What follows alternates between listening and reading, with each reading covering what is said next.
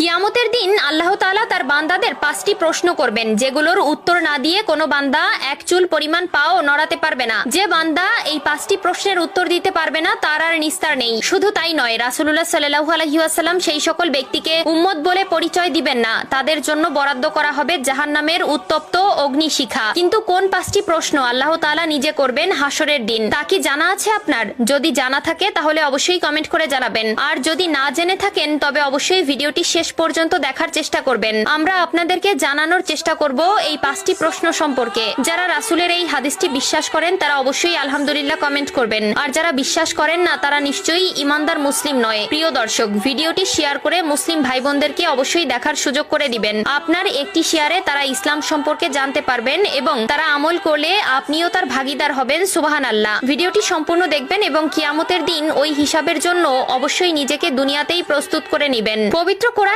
মহান আল্লাহ তাআলা দুনিয়ার কর্মকাণ্ডের জন্য পরকালের জবাবদিহিতার কথা জানিয়েছেন। এছাড়াও রাসূলুল্লাহ সাল্লাল্লাহু আলাইহি ওয়াসাল্লাম বলেছেন, কিয়ামতের দিন এই 5টি প্রশ্নের জবাব না দিয়ে তারা আল্লাহর সামনে থেকে সরতে পারবে না। স্বয়ং আল্লাহ তাআলা নিজে তার বান্দাদের কিয়ামতের দিন যে প্রশ্ন করবে তার প্রথম প্রশ্ন হলো, জীবন কোথায় নিঃশেষ করেছো? আল্লাহ তাআলা আমাদের সুন্দর একটি জীবন দান করেছেন, যার জন্য আমরা আল্লাহর কাছে চিরকৃতজ্ঞ। আল্লাহ তাআলা আমাদের দুনিয়াতে পাঠিয়েছেন তার ইবাদত করার জন্য, তার দেখানো পথে চলার জন্য, তার আদেশ নিষেধ মেনে চলার জন্য এবং শয়তানের প্ররোচনা থেকে নিজেকে বিরত রাখতে। কিন্তু আমরা আমাদের জীবন কোন পথে অতিবাহিত করেছি তার উত্তর আল্লাহর কাছে দিতে হবে। আমরা আমাদের জীবন কেমন ভাবে কাটিয়েছি তার উত্তর না দিয়ে কোনোভাবেই নিস্তার পাওয়া যাবে না। 2 নম্বরে আল্লাহ তাআলা যে প্রশ্ন করবে তা হলো, সম্পদ কোথা থেকে উপার্জন করেছো? প্রিয় দর্শক, এই প্রশ্নের উত্তর আমাদের সকলকেই দিতে হবে। আমরা হারাম পথে নাকি হালাল পথে উপার্জন করেছি তার উত্তর না দেওয়া পর্যন্ত এক চুল পরিমাণ পাও নড়াতে পারবো না। এবং অবশ্যই সুদ, ঘুষ, চাঁদাবাজি এবং খারাপ পথে উপার্জন থেকে